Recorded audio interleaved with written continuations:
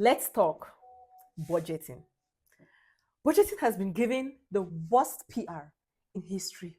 People think, when they think budgeting, they are like, oh, boring spreadsheets, oh, restrictions, oh, how do I manage my finances? I don't want to budget. But in 2026, budgeting is about freedom, clarity, and knowing where your money is going rather than asking yourself, where did my money go to? Have you ever had money and the next minute you're asking, how did I spend this money? And you cannot even put a finger on it. This video is for you. Today, I'll be sharing how I'll budget my money this 2026, from big annual plans to daily spending habits using systems that actually work. Welcome to Mechi Unfiltered and Happy New Year 2026. First budgeting rule this 2026. You don't need motivation. You don't need to budget with vibes or with emotions or with feelings. You just need structure. To all my non accounting viewers or people who hate arithmetic, budgeting isn't a punishment. It's just a system that you put in place that will save you a lot of stress later on. So, giddy up, get your pens, paper, and calculator and take some notes. Think of your money in layers. Think of it as strategy, execution, and daily behavior. As an adult, annual budgeting is so essential because it saves you from all the chaos. This is when you're real with yourself. You ask yourself, how much am I expecting by the end of this year? What are my big expenses? What do I want my money to do for me? And what will I be living the year with in my pockets? These expenses are not new expenses. We all know. We all know that December 2026 has to be dirty. We have to do oblay. And because of all of that, we have to start planning for it now so that we avoid the stress and the chaos in December. Here's the real trick. We already have an estimate of our expenses we are going to incur this year. For sure, dirty December is expense for the next 12 months. That travel expenses, that human hair you want to buy, that new phone, house rent, calculate all these expenses and put it as monthly sinking fund. And your future is going to tell you thank you. In the rest of the video, we are going to be talking about how to organize your annual budget. You break it down into monthly budgets, into weekly budgets, and into daily budgets. Stay tuned so that you get all the tea. Meanwhile, if you're new here, welcome to Mechi Unfiltered. Here we talk business, travel, lifestyle, and making more money. Clack it. Oh my goodness. Annual budgeting is very, very important because we have a lot of these expenses we are expecting to spend in the course of the year. So it's very important to take an accountability for what we know we are going to spend, and we break it down into monthly expenditures. Annual budgeting just gives you the bigger picture. Monthly budgeting is where the real work begins. We are going to be talking about the 50-30-20 rule, which is going to help you organize your monthly budget. Creating a budget can help you make confident decisions and gives you peace of mind, just like I like my peace of mind. The 50-30-20 rule splits your money into three categories. It also offers recommendation on how you should spend your money for each of these categories. With some of this basic information, it can help prepare your way into financial well-being. Start by looking at your paycheck. Less all taxes. For example, if you earn 120,000 francs and taxes are going to be about 20,000 francs, less it, because that's already the one. In fact, that money goes to the government, so you cannot account for it. Let's say you subtract taxes and your net money now is 100K. How are you going to calculate for the expenses for the rest of the month? The 50-30-20 rule recommends you putting 50% of your money towards your needs, 30% towards your wants, and 20% towards your savings. The savings category also takes into consideration money that you need to acquire future goals with it. For example, that Birkin bag you've been saving for, that Bone Street you've been saving for, That's what the 20% is going to be used for, or also for unforeseen circumstances. Let's take a closer look at each category. Mind you, um, it varies, people with different income classes. But I always say it doesn't matter how much money you make, because if you can't manage 5,000 francs, there is no way you'll be able to manage 5 million francs. I never undermine how much people make, but no matter the size of your income, it's very, very relevant to budget for it. Half of your budget should go towards your needs. That's the 50% rule. Half of your budget, that's 50% of your budget. If you're making 100K, 50% of that 100K should go towards your needs. And what are the category of your needs? Your house rent, your utility bills, your fuel bills, your internet bills, all those important expenses you cannot live without. So always ask yourself the question, can I honestly live without it? Always ask yourself that question. If you can live without it, then it's not a need. But if you can't live without it, for example, you need to pay your house rent because you need to stay in your house. You need to pay your utility bills because you need electricity and water. So those are very essential expenses. And in each of your monthly income, 50% should go for your needs. Also, the 50% rule also adds up to expenses that goes on loan repayments. For example, if you have a bank loan and you every month a particular amount is expected to be deducted to pay for that loan, it's also part of the 50% rule. So your utility bills, your house rents, your electricity, internet bills, and your loans as well. So those are essential expenses you cannot do without. Cut them out for 50%. 30% of your income should go on your wants. What are your wants? Wants are things you can live without. For example, that streaming service, that luxury perfume you wanted to buy, um, vacation trips, and things you can actually live without, things that if you cut out from your budget, you will not die. So all the things you can actually live without, the other expenses should be considered 30% of your income. 50% already goes to your needs, 30% to your wants. Now, the remaining 20%, this last aspect is very important. If you have to save money for an emergency fund or a retirement plan or a home you want to pay down payment for, uh, those are very essentials. I even talk about this for my entrepreneurs. What is your retirement plan? Do you save and prepare for your pensions?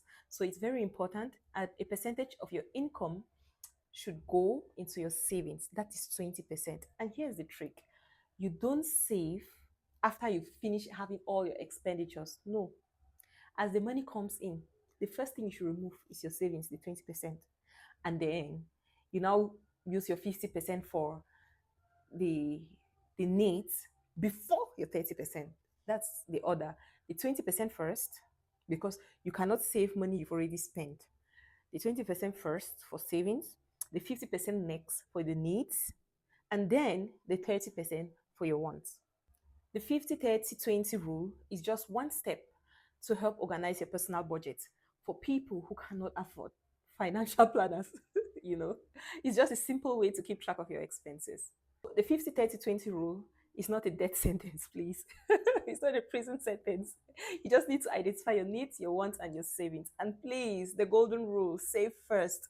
Because if you don't save first, you're going to spend that money, maybe in your needs or in your wants. The 20% for the savings, the 50% for the needs, and the 30% for the wants. And this is just a starting point. Now that we've gotten monthly budgeting out of the way, the next one is the weekly budgeting. If you're one of those people who, before the month runs out, your money is already finished, come closer. This is for you. If you're one of the people who, by your payday, in fact, your salary lasts for just 3 days in your hands and it's finished, this is for you. You need a weekly budget plan. Weekly budgeting stops financial self sabotage. It's very essential to identify all those items on which you spend money on a weekly basis. For example, food money during your break time, food, because I guess as workers we buy food during break. Also, your transport fare or money you spend on fuel, also your feeding, and other little expenses for people who like having one beer after work. That's your weekly. You should include it in your weekly budget. It's very simple. All you need to do is at the beginning of every week allocate 5 minutes and identify what will I be spending what on. So you just identify every day I spend 1,000 francs to work, 5 days a week, that's 5,000 francs. Lunch money, 1,000 francs, 5 days a week, that's another 5,000 francs. Added to the first 5,000, now that's 10,000 francs already gone. And then if I have a weekly beer after work every day, that's 1,000 francs actually. So you just accumulate it, spend 5 minutes, accumulate it, and just have a fair view. You just have a bird's eye view on how you spend your weekly income. It's very vital because it helps you to not feel as though witches and wizards are consuming your money in your pocket and you don't know how money is leaving your pockets. And the final one is the daily budgeting. So daily budgeting is just about self-awareness. It's not really about you tracking every coin, every extra cash that you spend. No. The objective of daily budgeting is just to have an awareness that on a daily basis I spend approximately this amount. Because it's very essential, because when you're able to track your daily budgets, it helps you to craft your weekly budgets, which helps with your monthly budgets and which helps with your annual budget. So it's a chain and it can't be ignored. Otherwise, you have an annual budget and you always find yourself running short. So this is just to help you stay in track and to not be too hard on yourself. Go for your pleasures, go for whatever thing makes you happy, but don't be too hard on yourself. It's just to have to be self-aware, like I said earlier. You see those small daily expenses, they are not small. Oh.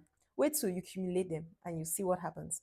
The moment you change 10,000 francs CFA, that money is finished. You don't know when you spend what on transport. You don't know when you spend what on water. You don't know when you spend on, maybe even when you just see something spontaneously and you just want to buy out of the nowhere. I, for one, I don't keep track of my daily budget. So this is a call even for me to take into consideration. So it's just to have a bird's eye view on your spending habits. So it helps control you spending excesses, and organize your budgets better. A daily spending limit helps you to pause, choose, and make better decisions. We've gotten all the essentials out of the way: planning annual, monthly, weekly, daily. In fact, the 50-30-20 rule, which is the highlight. And it's very important to maintain cash flow throughout the session. Or it's very important to maintain your steady cash flow, to not run out of cash or be on a negative cash balance. Why cash flow is important? It's often referred as the silent killer. In business, you even say cash flow is the lifeblood of a business. A business cannot operate without cash. Same as you cannot run your life without cash. I, for one, when I don't have cash, I have fever. I stay in bed all day and I cannot get out because I'm short on cash. Okay, so here's the deal: timing matters. Yes, timing matters. Your bills are not due when your cash comes in. Your bills don't sit and wait for you to have money before they show their ugly head. No. Your makeup can get finished at the beginning of the week. You need to pay your bills definitely at the end of the month. Uh, you can run out of food in the midweek. So, you can even fall sick, God forbid it, but it's a possibility. These expenses don't sit and wait for you to have income before you have to spend on them. So you have to organize your income and your expenditure in such a way that it kind of balances out. So you're not spending money you don't have. The deal here is to align your bills with your income. Just follow the 30-20 rule as we agreed, and it'll be easier for you. But it's very important. Don't spend tomorrow's money today. If you've kept money, or if you've budgeted money to be spent with it for the second and the third and the fourth week, don't spend it today. No, please don't. Very important. In accounting, we know there are fixed and there are variable costs. But in personal budgeting, I would say There are fixed costs, there are variable expenses, or I'll call it, there are fixed expenses, there are variable expenses, and there are irregular expenses. Example of fixed costs, like at cost you expect to happen. For example, rents. Every month your rent could be 50,000 francs. So okay, that's a fixed, that's a recurring amount. Variable cost could be, say, your utility bills. This month you can consume a little bit more than the previous month. It's variable, so it changes depending on your consumption rate. And then there are irregular expenses. That's the trap a lot of us fall into. Irregular expenses. Where are my ladies? Where you're passing by the roadside and you see that shoe you did not plan to buy, and you spontaneously buy it. Yes, I know you're guilty and you're watching me. Or you go to that fancy restaurant, maybe you anticipated you were going to spend just 10K, but because you were catching cruise and the vibes was, you were vibing and you're doing oblé, you ended up spending 50,000 francs unexpectedly. Another irregular expense. Or you decide to go for more expensive makeup products compared to your regular because your lifestyle is upgrading. Another irregular expense. Well, I'm listing for ladies. For guys, I think you mostly spend on alcohol, friends, football. I don't know what else you spend on. But then you can identify those irregular expenses, the expenses you didn't plan for, the expenses that pop out of the blue. That's what damages our budgeting spirit. That's what drains our cash without us accounting for it. So I'm not saying you should not be irregular in your spending. Be irregular, but keep tabs of it. Keep tabs. Monitor your spending so you don't go and fall inside shock. So that by the second or third week of the month, you're not crying already by the month end. And it's very important to take into consideration all these budgeting aspects so that December will be dirty as it's supposed to be dirty, but generally be dry as people say it's drying. While people are saying January is so dry, you'll be like, yeah, I know, it's hard. But me and you know that low key, you have your plan B and it's not as dry. Anyways, so please keep tabs of your irregular expenditure. Budgeting to me, it's psychology and you making up your mind, you making up a personal determination to follow up through with it. Because budgeting is 80% behavior. You make up your mind and you stick to it. Of course, we are human and you expect to fall once or twice, but it's okay. But once there is a budget, it's just guiding you to track your expenditure and to not enter inside some kind of unforeseen circumstances where you're short on cash, you're negative, and you're full of debt. The take home is budgeting should be progress over perfection. It's about you just progressing, not about you being perfect. It's just you being able to keep track and monitor and have a bird's eye view. It's not you needing to be perfect. And I expect that you adjust your budget when life changes. Some things can pop up in the bloom, which we didn't account for, which we didn't anticipate for. For example, if your car breaks down or if you fall sick, God forbid, of course, and those expenditures you didn't really account for. So always learn to be flexible, and adjust when life happens. Your budget should support your life and make it easier and stress-free. It should not stress you out. That's why I said I knew my non-accountant viewers will be like, I'm boring you out, but it's very important. It should just help make your life easier, a lot easier. In 2026, the goal shouldn't be just to make money, but also to feel in control of it. It should be in the palm of your hands. If this video helped you, like, share, subscribe, and comment. I'll be waiting for you in the comment section. And share with somebody who always says, my money has disappeared. My money just disappears. Oh, I don't know how you spent that money. So kindly share the video. This is Mechi Unfiltered, Real Talk, Real Growth.